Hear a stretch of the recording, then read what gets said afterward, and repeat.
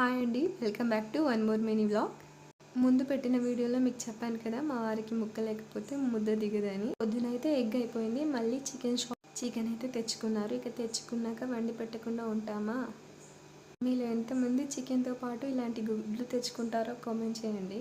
మా వారు మాత్రం అప్పుడప్పుడు ఇలాంటి ఎగ్స్ తెచ్చుకుంటూ ఉంటారు. మేము ఇంటికి చికెన్ తెచ్చుకొని దాదాపు చాలా రోజులే అయ్యింది. మా వారు ఎంతో ఆశపడి తెచ్చుకున్న ఈ చికెన్ కాస్త మాడిపోయింది. చికెన్ మాడిపోయినందుకు మా ఆయన ఎక్కడ తిడతాడో అనుకున్నాను, కానీ చికెన్ మాడినట్టు తెలియకుండా కొంచెం కవర్ చేసేసాను.